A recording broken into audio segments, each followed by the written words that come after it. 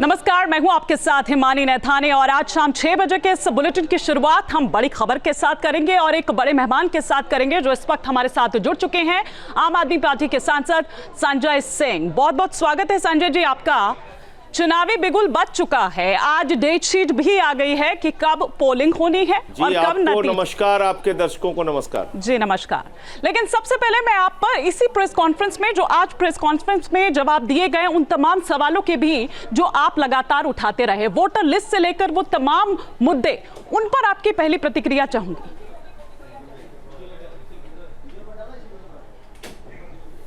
सबसे पहले तो मैं दिल्ली के लोगों को बहुत बधाई देना चाहता हूं कि उनके लोकतंत्र का महापर्व 5 तारीख की तारीख घोषित हो गई है और ज़्यादा से ज़्यादा संख्या में निकलकर लोग इस महापर्व में हिस्सा लें।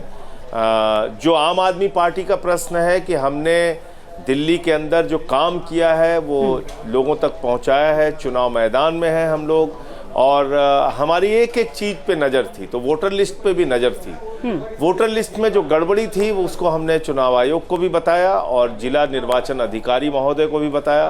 वो गड़बड़ी क्या थी 1 मिनट में आपको भी और आपके दर्शकों को समझ में आ जाएगी। 84 ऑब्जेक्टर नई दिल्ली विधानसभा की अकेले मैं अगर बात करूं तो उन्होंने हजारों की संख्या में लोगों के वोट कटवाने के लिए एप्लीकेशन दी थी। जब उनको बुलाया गया नोटिस देके कि भाई आप सामने आइए, हियरिंग है, आप बताइए कि इनका वोट क्यों आप डिलीट कराना चाहते हैं, तो मात्र 11 लोग आए और 11 के 11 लोगों ने कहा कि हमने वोटर डिलीशन के लिए नाम दिया ही नहीं, हमारा तो कोई लेना देना नहीं।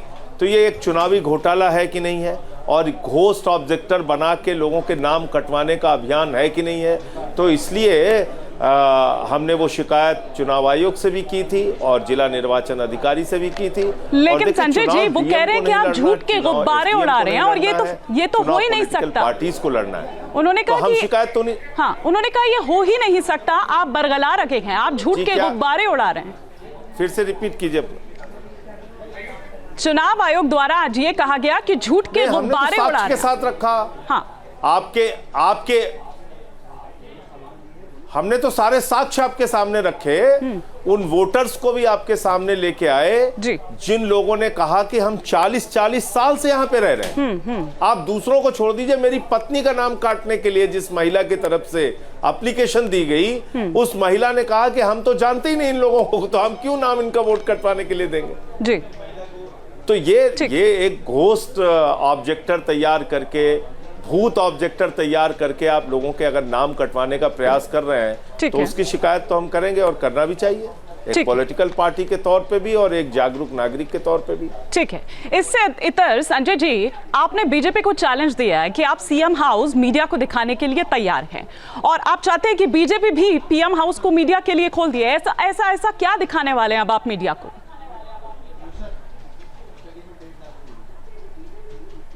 देखिए, ऐसा है कि हम तो चाहते हैं कि दिल्ली के मुद्दों पे बात हो, बिजली पे, पानी पे, शिक्षा पे, स्वास्थ्य पे, माताओं बहनों के लिए बस की फ्री यात्रा पे, महिला सम्मान राशि पे, हम चाहते थे इस पे बात हो। लेकिन बीजेपी एक जगह फंसी हुई है, वो बार बार कहती है मुख्यमंत्री आवास, मुख्यमंत्री आवास। तो हम चाहते हैं पूरे देश को और पूरी दुनिया को और मीडिया वालों को ये पता चले, दिल्ली के लोगों को भी पता चले, जो उनके आरोप हैं वो क्या कहते हैं। सोने के टॉयलेट बने हुए हैं, स्विमिंग पूल बना हुआ है, मिनी बार बना हुआ है। तो हम चाहते हैं कल मुख्यमंत्री आवास पे सब लोग चलते हैं और देखते हैं मिनी बार कहाँ है, स्विमिंग पूल कहाँ है, सोने का टॉयलेट कहाँ है। और उसके ठीक बाद हम लोग राजमहल भी चलते हैं जहाँ पे सैकड़ों करोड़ की कालीन है, सैकड़ों करोड़ के झूमर हैं, हजारों सूट हैं, हजारों जूते हैं, लाखों की पेन है, चश्मे हैं, 8400 करोड़ के तो जहाज में चलते हैं प्रधानमंत्री जी। तो चलते हैं, देखते हैं, सबके लिए ओपन होना चाहिए। एक के लिए नियम क्यों, सबके लिए वही नियम लागू हो, देश भर में पारदर्शिता है। संजय जी, आजकल आप लोगों के बीच और बीजेपी के बीच एक नूरा कुश्ती अलग ही देखने को मिल रही है और जैसे जैसे चुनाव करीब आ रहा है, जाहिर सी बात है कि इसमें और ज्यादा ये देखने को मिलेगा। लेकिन सीएम आतिशी इधर आरोप लगा रही हैं कि बीजेपी ने उन्हें 3 महीने में दूसरी बार घर से निकाल दिया। इस पर आप क्या कहेंगे?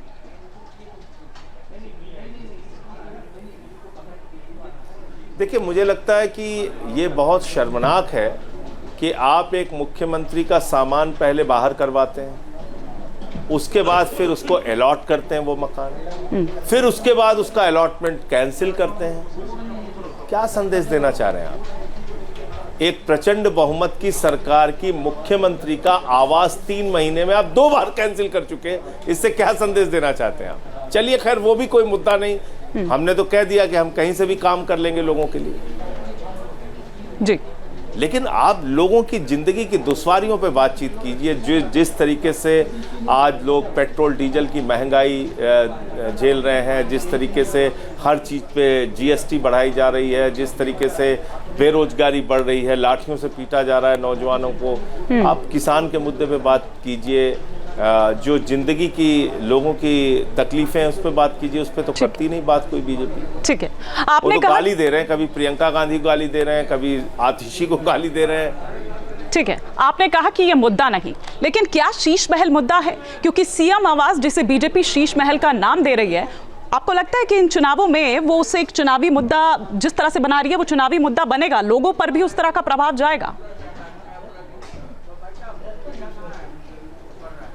लोग देख रहे हैं ना कि हमारे राजा जो हैं देश के, आदरणीय प्रधानमंत्री जी, उनका जीवन किस प्रकार से है। जो कहते हैं हम 35 साल तक तो भिक्षा मांगते रहे, हम अवतार हैं भगवान के।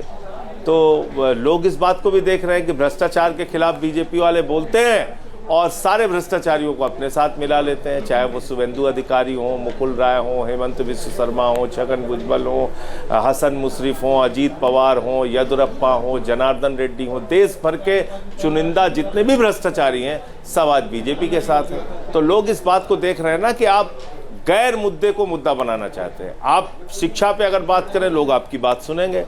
आप अस्पताल की बात करें, लोग आपकी बात सुनेंगे। बिजली पानी पे आपकी बात सुनेंगे। महंगाई कैसे आप कम करेंगे, इसका कोई समाधान आपके पास हो, आप बताइए, लोग आपकी बात सुनेंगे।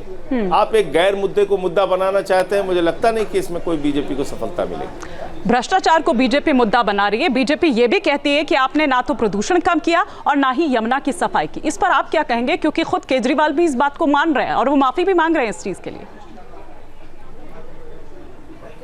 एकदम, जो काम हमने नहीं किया उस पर हम कोई दावेदारी नहीं करेंगे। तो हाँ, बिल्कुल ठीक है, जो काम हमसे बाकी रह गया उसको हम आगे करेंगे।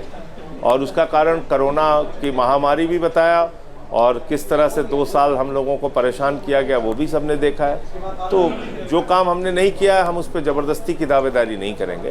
वो काम हमारा पेंडिंग है, उसको करना है और करेंगे। यमुना की सफाई और प्रदूषण को भी कम करने में हमारी जो भूमिका हो सकती है उसको हम ईमानदारी से निभा रहे हैं और आगे और मजबूती से निभाएंगे।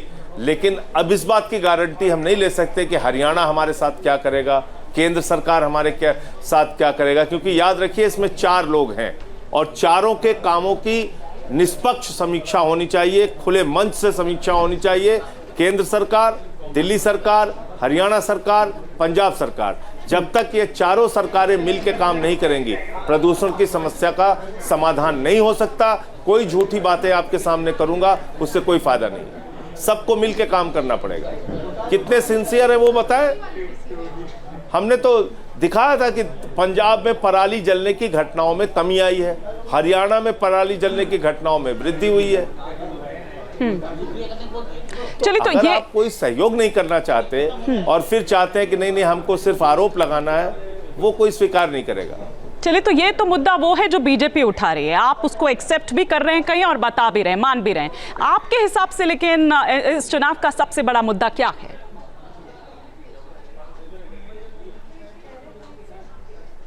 माताओं बहनों के लिए महिला सम्मान राशि 2100 रुपए और बुजुर्गों के लिए 60 साल के ऊपर के बुजुर्गों के लिए, जिनको कई बार उनके बच्चे भी छोड़ देते हैं, इंश्योरेंस कंपनियां उनका इंश्योरेंस करने को तैयार नहीं होती, ऐसे बुजुर्गों के लिए पूरी तरीके से फ्री इलाज, चाहे वो प्राइवेट हॉस्पिटल में हो या गवर्नमेंट हॉस्पिटल में हो।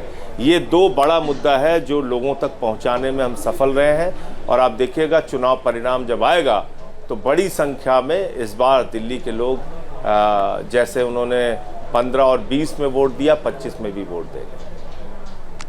ठीक है, बहुत शुक्रिया संजय जी हमारे साथ जुड़ने के लिए। हालांकि सवाल कई थे लेकिन समय की कमी है। बहुत शुक्रिया आपका हमारे साथ जुड़ने के लिए। न्यूज नेशन अब व्हाट्सएप पर खबरों की ताजा अपडेट के लिए न्यूज नेशन के इस QR कोड को स्कैन करें।